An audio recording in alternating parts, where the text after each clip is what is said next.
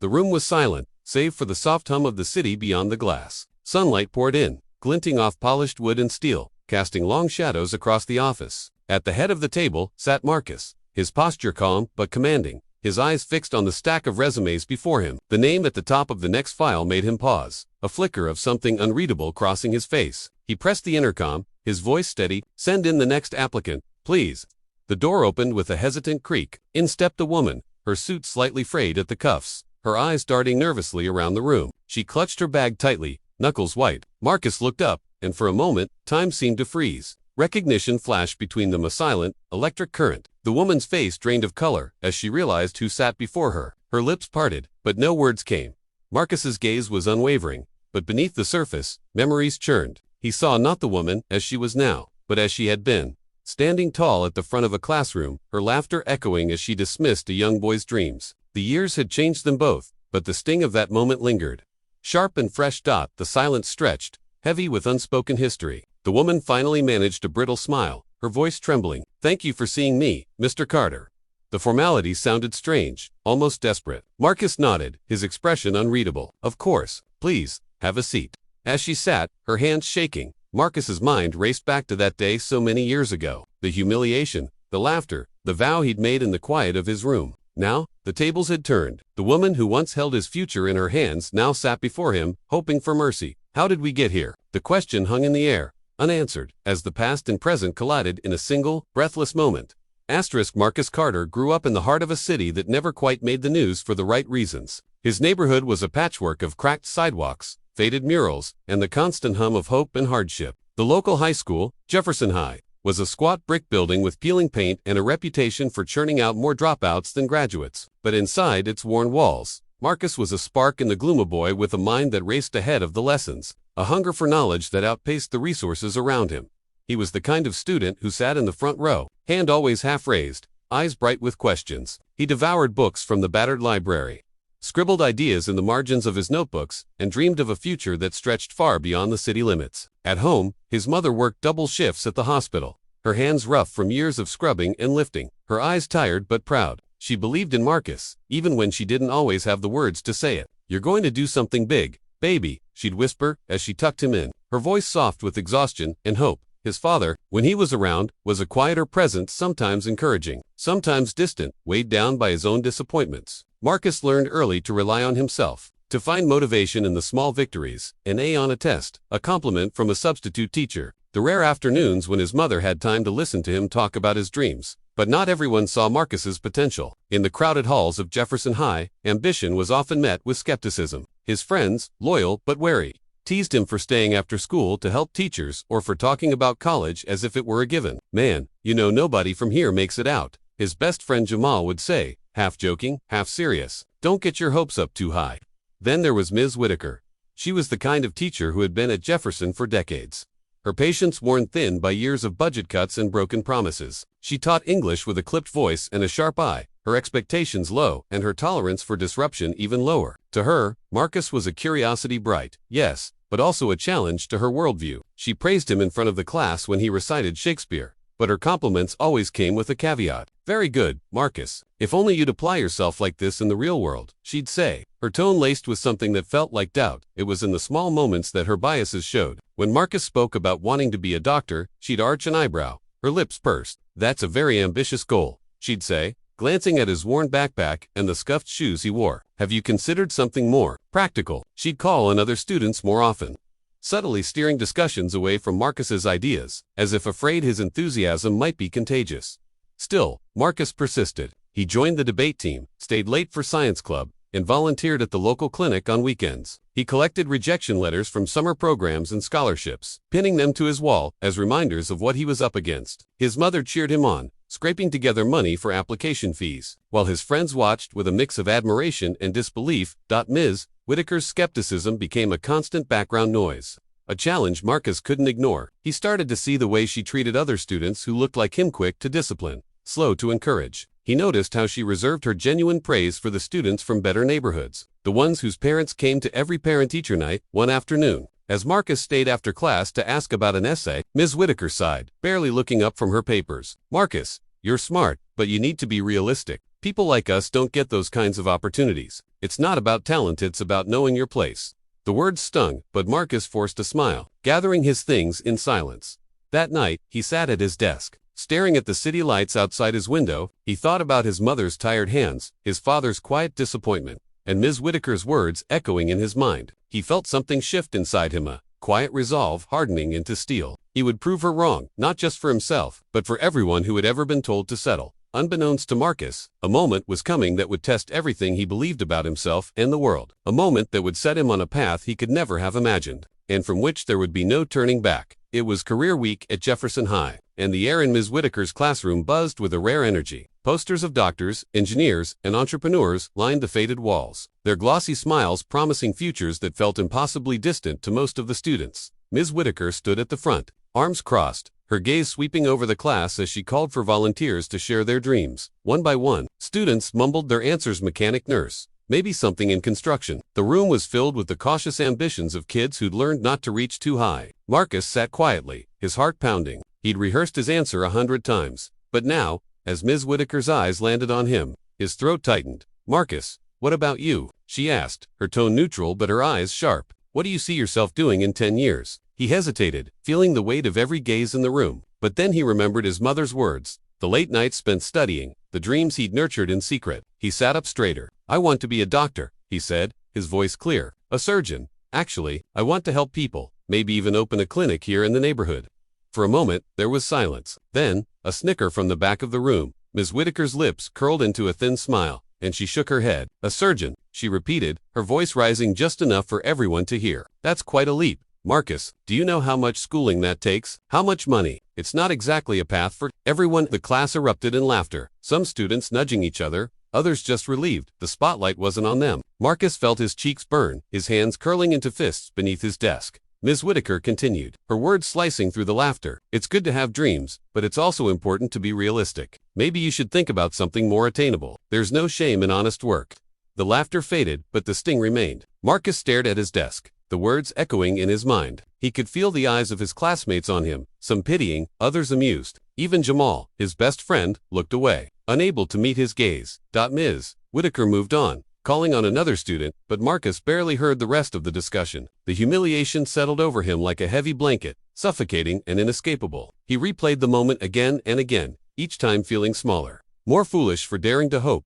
When the bell finally rang, Marcus gathered his things in silence, ignoring the whispers and sideways glances. He walked the halls with his head down, the dream that had once felt so bright, now dimmed by doubt and shame. That night, as he sat at his desk, the city lights flickering outside his window, Marcus replayed the scene in his mind. He thought of Ms. Whitaker's smirk, the laughter of his classmates, the way his dream had been dismissed with a single sentence. The pain was sharp, but beneath it, something else began to grow: a quiet, burning resolve. He didn't know how he would do it. He didn't know where he would find the money, the support, or the opportunities. But as he stared out into the night, Marcus made a silent vow. He would prove her wrong. He would become everything she said he couldn't, no matter how impossible it seemed. How? He didn't know, but he would find a way. The days after the classroom humiliation blurred together, but the sting of Ms. Whitaker's words never faded. Marcus moved through the halls of Jefferson High with a new wariness, his shoulders a little more hunched, his voice a little quieter. The laughter from that day seemed to echo in every corner, a constant reminder of how quickly hope could be turned into a punchline. But Marcus was stubborn. He threw himself into his studies with a ferocity that surprised even him. He stayed late in the library, poring over biology textbooks and anatomy diagrams, scribbling notes until the janitor flicked the lights to signal closing time. He signed up for every science elective, every after-school program, every opportunity that might bring him closer to his dream. The more the world tried to shrink his ambitions, the more determined he became to expand them. Yet, the obstacles multiplied. The school's resources were stretched thin: outdated lab equipment, overcrowded classrooms, teachers too exhausted to offer extra help. Marcus's mother did what she could, but her double shifts at the hospital left her little time or energy. Bills piled up on the kitchen table, and sometimes dinner was just a can of soup and a slice of bread. Marcus learned to hide his hunger, to ignore the ache in his stomach as he studied late into the night. Scholarship applications became his lifeline. He filled them out in the quiet hours before dawn, his handwriting cramped and hurried. Each rejection letter felt like another door slamming shut, but he kept going, pinning them to his wall as a reminder of what he was fighting against. You only need one. Yes, his mother would say, squeezing his shoulder with a tired smile. But the no's were louder, and they came more often. At school, the microaggressions were constant. Teachers who called on him less, who seemed surprised when he aced a test. Classmates who joked about his doctor dreams, who asked if he was planning to operate on the block. Even Jamal, his closest friend, started to pull away, uncomfortable with Marcus's relentless focus. "You act like you're better than us now," Jamal said one afternoon, his voice tight, "like you're too good for this place." The words hurt more than Marcus expected, and for the first time, he wondered if chasing his dream meant leaving everyone behind.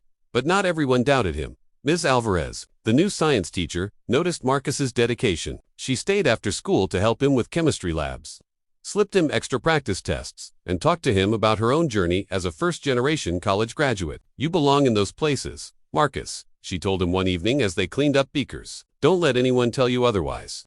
Her belief in him was a lifeline, a reminder that not all adults saw him through the same narrow lens. There were others, too. Mr. Thompson, the guidance counselor, who helped Marcus navigate the maze of college applications and financial aid forms. The elderly neighbor, Mrs. Jenkins, who let Marcus use her computer when his broke down, and who always had a plate of cookies waiting. These small acts of kindness became the scaffolding that held Marcus up when everything else threatened to collapse. Still, the pressure mounted, the SAT loomed, and Marcus knew it was his ticket out. He studied in the flickering light of his bedroom, the sounds of sirens and arguments drifting in from the street below. Sleep became a luxury he couldn't afford. On the morning of the test, he woke to find his mother gun called in for an emergency shift. He walked to the testing center alone, clutching a granola bar and a bottle of water, his stomach churning with nerves. The test was harder than he expected. Halfway through, the power flickered, plunging the room into darkness. The proctor announced they'd have to restart a section, and Marcus felt panic claw at his chest. He closed his eyes, breathing deeply, forcing himself to remember Ms. Alvarez's words. "You belong here."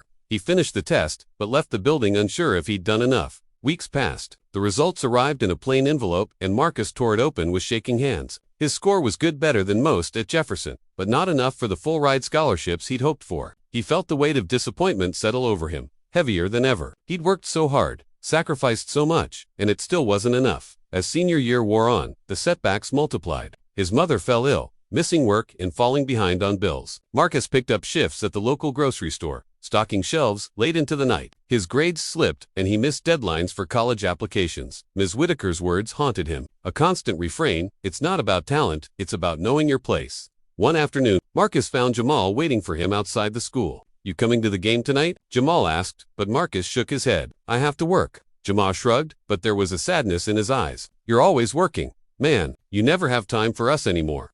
Marcus wanted to explain, to make Jamal understand, but the words caught in his throat. He watched his friend walk away, feeling more alone than ever. The final blow came in the spring. Marcus received a letter from his top-choice collegiate thin envelope, the kind that never brought good news. He opened it slowly, his hands trembling. "We regret to inform you." The words blurred as tears filled his eyes. He'd done everything right, fought for every inch, and still, the world seemed determined to keep him in his place. That night, Marcus sat on the roof of his building, staring out at the city lights. He thought about all the people who had believed in him, and all those who hadn't. He thought about his mother, sleeping fitfully in the next room, and about Jamal, laughing with friends at the game. He thought about Ms. Whitaker, her voice sharp and certain, telling him to be realistic. For the first time, Marcus wondered if she was right. Maybe he was reaching too high. Maybe the world wasn't built for people like him to succeed. The doubt was a cold, heavy thing, settling in his chest. But as the night deepened, a different voice rose inside him, a stubborn, defiant whisper. He remembered Ms. Alvarez's encouragement, Mr. Thompson's guidance, Mrs. Jenkins's cookies. He remembered his mother's tired smile, her faith in him. He remembered the promise he'd made to himself, the vow to prove them all wrong. Still, the path ahead was darker than ever. A major setback loomed, one that threatened to shatter his dreams for good. Marcus didn't know if he had the strength to keep going, or if this was the moment that would finally break him. The spring air was thick with disappointment. Marcus moved through his days in a fog. The rejection letter from his dream college folded and refolded in his pocket until the paper was soft as cloth. He went to school, went to work, came home, and repeated the cycle, each day a little heavier than the last. His mother's cough grew worse, and the hospital bills piled up, threatening to swallow what little hope remained. One evening, as Marcus was closing up at the grocery store, Ms. Alvarez appeared at the register. She looked tired, her hair pulled back in a loose bun, but her eyes were kind. "Marcus, can I talk to you for a minute?" she asked, her voice gentle. He nodded, bracing himself for more bad news. They sat on the curb outside, the city buzzing around them. Ms. Alvarez handed him a thick envelope. "I know things haven't gone the way you hoped," she began, but I want you to look at this. There's a program at the university, a summer research internship. It's competitive, but I think you have a real shot. I wrote you a recommendation. The deadline is tomorrow, but if you want it, I'll help you finish the application tonight." Marcus stared at the envelope, hope flickering in his chest for the first time in weeks. "Why are you doing this?" he asked, his voice barely above a whisper. "Ms. Alvarez smiled. "Because someone did it for me, and because you're not done yet, Marcus." "Not by a long shot." They spent the night at Mrs. Jenkins's kitchen table, typing essays and gathering transcripts. Mrs. Jenkins brewed coffee and offered encouragement, her faith in Marcus unwavering. By sunrise, the application was submitted, and Marcus felt a weight lift from his shoulders. For the first time in months, he allowed himself to imagine a future beyond Jefferson High. Weeks passed, and Marcus threw himself into his studies with renewed vigor. He started tutoring younger students, finding joy in helping others navigate the same obstacles he'd faced. His grades rebounded, and he earned a small scholarship from a local community group. The acceptance letter from the university's summer program arrived on a rainy afternoon, the words "Congratulations" leaping off the page. Marcus whooped with joy, his mother hugging him so tightly he could barely breathe. The internship was transformative. Surrounded by students from all over the city, Marcus realized he wasn't alone in his struggles. He met mentors who saw his potential, who challenged him to think bigger and work harder. He learned to speak up in meetings, to trust his instincts, to believe that he belonged in rooms he'd once only dreamed of entering. His research project earned praise from professors, and by the end of the summer, he was offered a spot in the university's pre-med program. Along with a generous financial aid package, word of Marcus's achievements spread quickly. Teachers who had once doubted him now used his story as inspiration for other students. Even Jamal, who had drifted away, reached out to congratulate him, their friendship slowly mending over shared memories and new beginnings. Marcus's mother, though still struggling with her health, walked a little taller, her pride in her son shining through every tired smile. But not everyone was thriving. Ms. Whitaker's world was quietly unraveling. Years of frustration and bitterness had taken their toll. Her once firm grip on the classroom had loosened, her patience worn thin by new policies and changing expectations. Students no longer respected her authority, and parents complained about her outdated methods. Rumors swirled about disciplinary action, about a possible forced retirement. She spent more time alone in the teacher's lounge, nursing lukewarm coffee and staring out the window, her laughter now a rare and brittle thing. One afternoon, as Marcus visited Jefferson High to speak to a group of students about his journey, he caught a glimpse of Ms. Whitaker in the hallway. She looked smaller somehow, her shoulders hunched, her eyes darting away from his. For a moment, Marcus felt a pang of pity, but he remembered the sting of her words, the way she'd tried to shrink his dreams to fit her own limitations. After his talk, a teacher pulled him aside. "Did you hear about Ms. Whitaker?" she whispered. "She's being let go at the end of the year. Budget cuts, they say, but everyone knows it's more than that. She's been struggling for a while." Marcus nodded, the news settling over him like a shadow. He wondered what it felt like to watch the world move on without you, to see the students you'd doubted rise while you fell. He wondered if Ms. Whitaker ever thought about the things she'd said, the dreams she'd tried to extinguish. That night, as Marcus walked home through the city streets, he felt a strange mix of triumph and sadness. He had overcome so much, found strength in places he never expected, and built a future out of the ashes of disappointment. But the past was never far behind, and he knew that his story in Ms. Whitaker's was not yet finished. That as he reached his building, his phone buzzed with a message from a former classmate. "Did you hear? Ms. Whitaker's house is up for sale. She's looking for work in e-work. Crazy how things change." Huh? Marcus stared at the screen, the words blurring as memories flooded back. The tables had turned in ways he could never have imagined. The woman who once held his future in her hands was now facing her own reckoning. He wondered what would happen if their paths crossed again. Now that everything was different, the question lingered, heavy and unresolved, as Marcus stepped into the night. The city alive with possibility and unfinished business.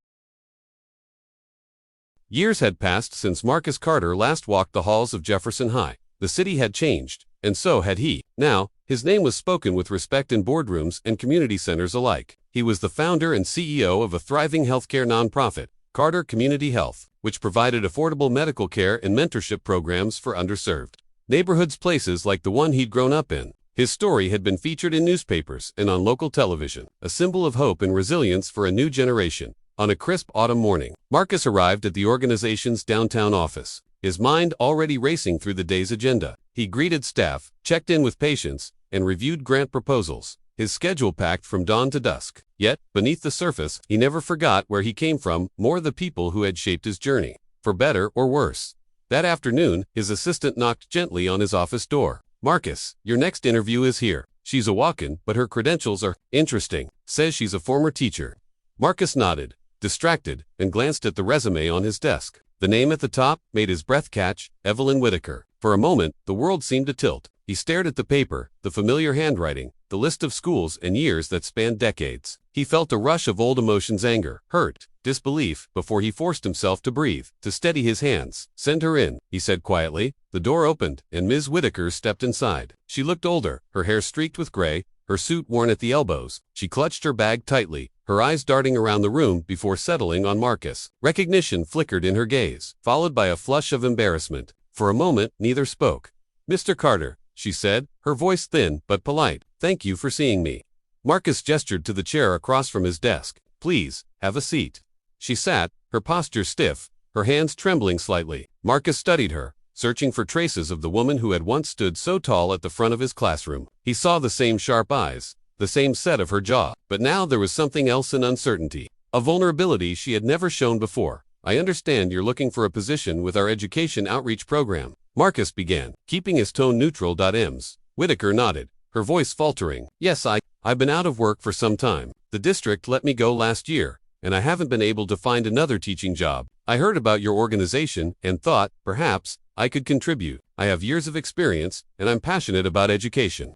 Marcus listened, his mind racing with memories. He remembered the day she'd laughed at his dream, the way her words had echoed in his mind for years. He remembered the nights he'd spent doubting himself, the setbacks, the pain, and yet, here she was, asking for his help. He leaned back in his chair, folding his hands. "You taught at Jefferson High for a long time." She nodded, her eyes flickering. "Yes, over 20 years. Do you remember me?" he asked, his voice soft but pointed.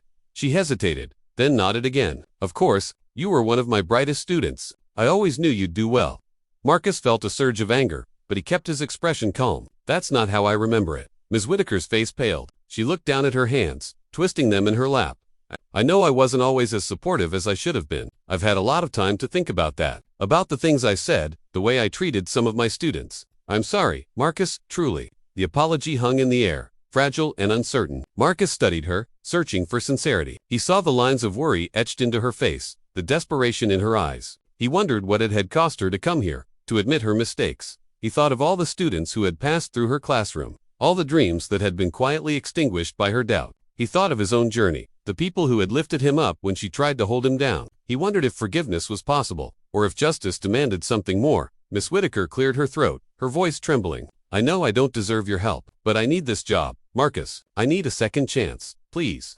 The room was silent, the weight of the past pressing in on both of them. Marcus felt the eyes of his younger self watching, waiting to see what he would do. He remembered the vow he'd made to prove her wrong, to rise above her limitations. Now, the power was his. He looked at her, really looked at her, and saw not just the teacher who had hurt him, but a woman brought low by her own choices, her own failures. He saw the fear in her eyes, the hope that maybe, just maybe, she could start again. "Why should I give you this chance?" he asked quietly. "After everything you said, everything you did." Ms. Whitaker's eyes filled with tears. "Because I've changed. Because I've seen what happens when you crush someone's dreams. I've lost everything. Marcus, my job, my reputation, my sense of purpose. I want to make amends. I want to help young people believe in themselves, the way I should have helped you." Marcus was silent, his mind a storm of emotions. He thought of Ms. Alvarez, of Mrs. Jenkins, of all the people who had given him a chance when he needed it most. He thought of the students who looked up to him now, who saw him as proof that anything was possible. He stood, walking to the window, staring out at the city that had shaped them both. The sun was setting, casting long shadows across the skyline. He felt the weight of the moment, the responsibility of his choice. Behind him, Ms. Whitaker waited, her breath shallow, her hands clenched in her lap. The silence stretched, thick with anticipation. Finally, Marcus turned, his expression unreadable. "You want a second chance? But what about all the students who never got one? What about the dreams you crushed, the futures you doubted?" Ms. Whitaker's voice broke. "I can't change the past, but I can try to do better now. Please, Marcus, let me prove it." He studied her, the memories of pain and triumph swirling inside him. He knew that whatever he decided, it would echo far beyond this room. The intercom buzzed, breaking the tension. His assistant's voice crackled through. "Mr. Carter, your next appointment is here." Marcus glanced at the clock, then back at Ms. Whitaker. "I need time to think," he said, his voice steady. "I'll let you know my decision." She nodded, rising slowly, her shoulders slumped. "Thank you for seeing me," she whispered, her voice barely audible. As she left the room, Marcus sat back down, his heart pounding. The power was his now, but so was the burden. He stared at her resume, at the list of accomplishments and years, and wondered what justice really looked like. Would he show mercy, offering her the chance she'd denied so many others? Or would he deliver the justice she deserved, closing the door as she had once closed it on him? The question hung in the air, unresolved, as the city lights flickered on outside, and the past and present collided in the quiet of his office. The days following Ms. Whitaker's interview were restless ones for Marcus. He replayed their conversation in his mind, weighing her apology against the years of damage her words had caused not just to him, but to countless students who'd sat in her classroom, their ambitions quietly suffocated by her skepticism. The decision gnawed at him, not just as a leader, but as a man who had built his life on the promise that no one should be denied a chance to dream.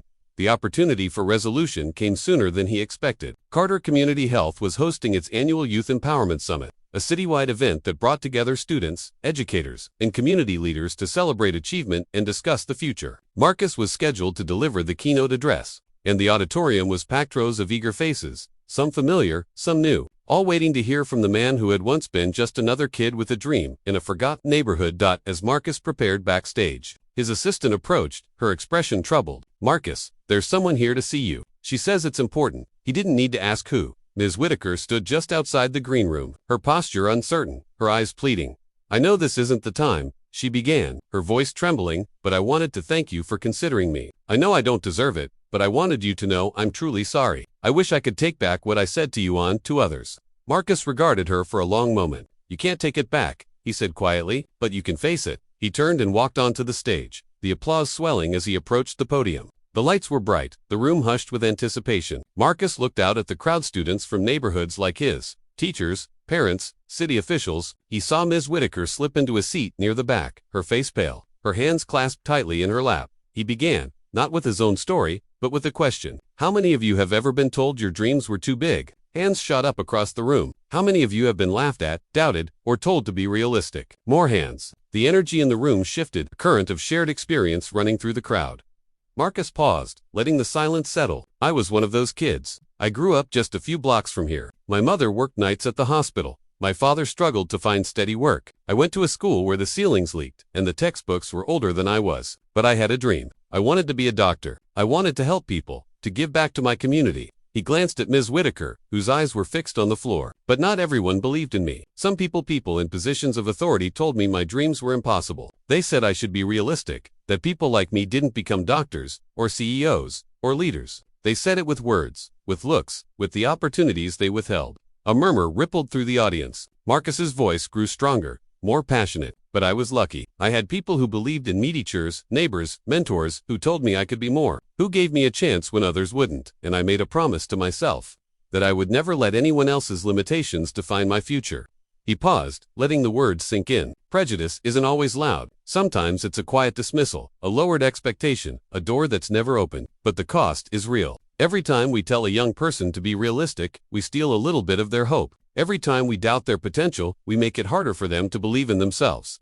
The room was silent, every eye on him. Marcus took a deep breath. "Today, I stand before you not just as a success story, but as a reminder. Dreams matter, dignity matters, and the cost of prejudice is too high for any of us to pay."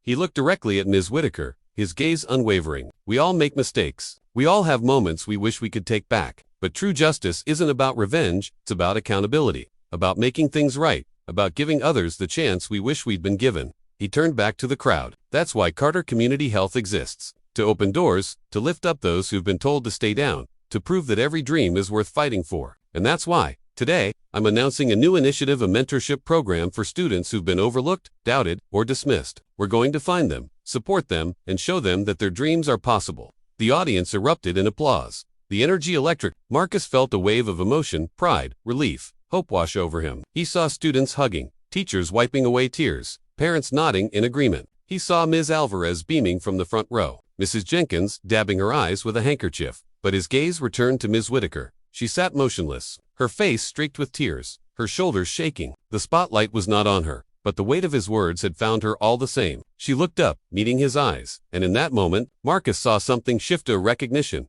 a reckoning, a silent plea for forgiveness. After the speech, the crowd surged forward, eager to congratulate Marcus, to share their own stories, to thank him for his honesty and courage. Reporters snapped photos, city officials offered handshakes, Students asked for advice. Marcus smiled, listened, and encouraged, but his mind was still on the woman in the back row. Later, as the auditorium emptied, Ms. Whitaker approached him. Her voice was barely above a whisper. "You were right, Marcus. I can't change the past, but I want to help. I want to be part of the solution, if you'll let me." Marcus studied her, the years of pain and growth reflected in both their faces. "It's not about letting you," he said gently. "It's about what you do next. If you're willing to learn, to listen, to make amends not just to me, but to every student you ever doubted, then maybe there's a place for you here. But it won't be easy." She nodded, tears streaming down her cheeks. "I understand. I want to try." Word of the confrontation spread quickly. Some praised Marcus for his grace and vision. Others questioned whether Ms. Whitaker deserved a second chance. The story made headlines, sparking debates about accountability, forgiveness, and the long shadow of prejudice in education. For Marcus, the triumph was bittersweet. He had delivered justice, not through vengeance, but through truth and opportunity. He had exposed the cost of doubt, the power of belief, and the possibility of redemption. Those who had once doubted him now celebrated his success, their applause ringing in his ears long after the lights had dimmed. But the future was uncertain. Would Ms. Whitaker rise to the challenge, or would old habits return? Would the students she once doubted find healing in her efforts, or would the wounds remain? And for Marcus, would the burden of leadership grow lighter, or would the weight of expectation only increase? As the night settled over the city, Marcus stood alone on the auditorium stage, the echoes of applause fading into silence. He looked out at the empty seats, at the place where his journey had come full circle, and wondered what the next chapter would bring for himself, for Ms. Whitaker, and for every dreamer still waiting to be believed in. The days after the summit felt different, as if the city itself had taken a deep breath and was now exhaling something new. Marcus's speech became a touchstone, replayed on local news and shared across social media. Students quoted his words in classrooms and on street corners. Parents discussed him at kitchen tables. Teachers, some inspired and some unsettled, gathered in break rooms to debate what it meant to truly believe in a child's potential. At Jefferson High, the impact was immediate. The principal called an emergency staff meeting, referencing Marcus's story and the public attention it had drawn. "We can't ignore this," she said, her voice firm. "We have to do better." The school board launched a review of disciplinary policies and teacher training, focusing on implicit bias and the importance of nurturing ambition in every student, regardless of background. For the first time in years, students were invited to share their experiences at a town hall, their voices filling the auditorium with stories of hope, frustration, and resilience. Ms. Whitaker's name was on everyone's lips. Some teachers defended her, insisting she was a product of a broken system, while others quietly admitted they'd seen her discourage students before. The district placed her on a restorative justice plan, requiring her to attend workshops, meet with former students, and participate in community service. She was no longer in the classroom, but she was not cast aside. Instead, she was asked to listen, to learn, and to help repair the harm she'd caused. For Ms. Whitaker, the process was humbling. She sat in circles with students she'd once dismissed, hearing their pain and anger. She wrote letters of apology, not just to Marcus, but to others whose dreams she'd doubted. She volunteered at Carter Community Health, helping with after-school tutoring and college prep workshops. The work was hard, and the forgiveness slow in coming. But she persisted, determined to earn her place in a world that was changing around her. Meanwhile, Marcus's influence grew. The mentorship program he announced at the summit quickly filled with applicant students hungry for guidance, for someone to believe in them. He recruited a team of mentors, many of whom had their own stories of overcoming doubt and adversity. Together, they visited schools, hosted workshops, and created safe spaces for young people to dream out loud. Marcus made it a point to return to Jefferson High often, sitting with students in the same classrooms where he'd once felt invisible, reminding them that their voices mattered. The ripple effects extended beyond the school. Community organizations partnered with Carter Community Health to offer scholarships, internships, and leadership training. Local businesses pledged to hire more young people from underserved neighborhoods. City officials invited Marcus to join a task force on educational equity, seeking his input on how to dismantle the barriers that had once threatened to hold him back. The media attention brought scrutiny as well as praise. Some critics accused Marcus of grandstanding, of using his story to shame teachers and schools. Others questioned whether real change was possible, or if the system would simply revert to old habits once the headlines faded. Marcus welcomed the debate, insisting that uncomfortable conversations were necessary for progress. "Justice isn't a destination," he told a reporter. "It's a journey, and we're just getting started."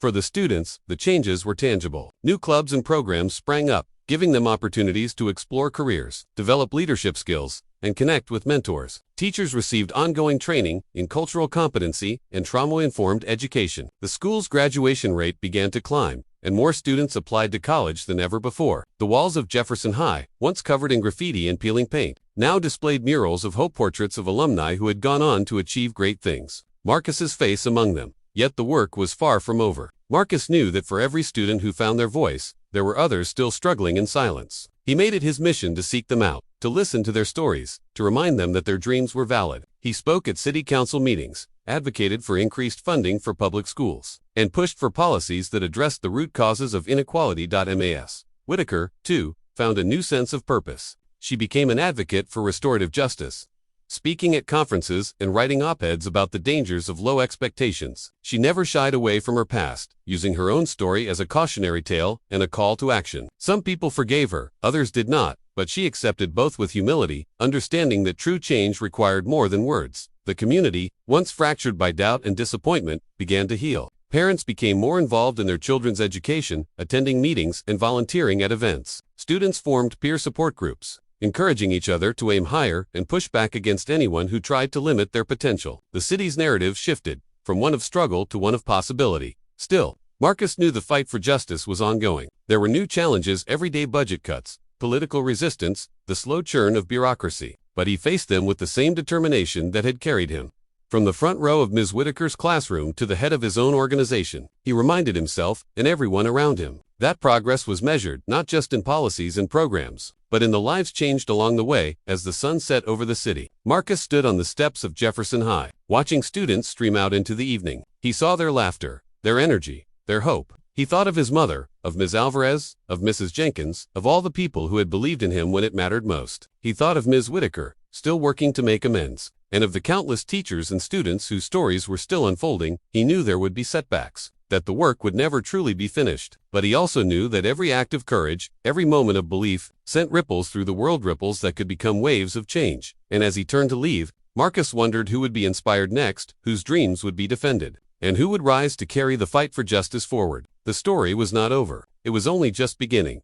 Years later, Marcus Carter often found himself reflecting on the winding road that had brought him here. He remembered the boy he once was, sitting in a worn classroom, clutching a dream that felt too big for the world around him. He remembered the sting of laughter, the weight of doubt, and the quiet moments when giving up seemed easier than pressing on. But he also remembered the hands that reached out to lift him, the voices that whispered, "You can," when so many others said, "You can't." Standing before a new generation of students, Marcus saw himself in their eyes, the same hunger, the same uncertainty, the same spark of possibility. He spoke to them not as a distant success story, but as someone who had walked their path, stumbled, and found the strength to rise again. Your dreams are not too big, he told them. They are exactly the right size for you. Don't let anyone, no matter how much authority they have, convinced you otherwise. The world will always have doubters. What matters is that you believe in yourself, and that you find people who believe in you, too. He reminded them that justice is not a single act, but a series of choices, sometimes hard, sometimes lonely, but always worth it. He spoke of forgiveness, not as a way to erase the past, but as a way to build a better future. He urged them to look for the overlooked,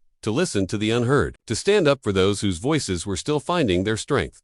Marcus's journey was proof that change is possible, that one person's courage can ripple outward and transform a community. But he was quick to remind everyone that the work was not his alone. We are all responsible for the world we create, he said. Every time you encourage someone, every time you challenge injustice, every time you refuse to let a dream die, you are part of this movement. He ended his speech with a challenge, his voice steady and full of hope. Don't just watch stories like mine, become part of them. Stand up for your dreams. Stand up for someone else's. Share your story. Comment on what moves you, and join us in building a world where every dream is possible.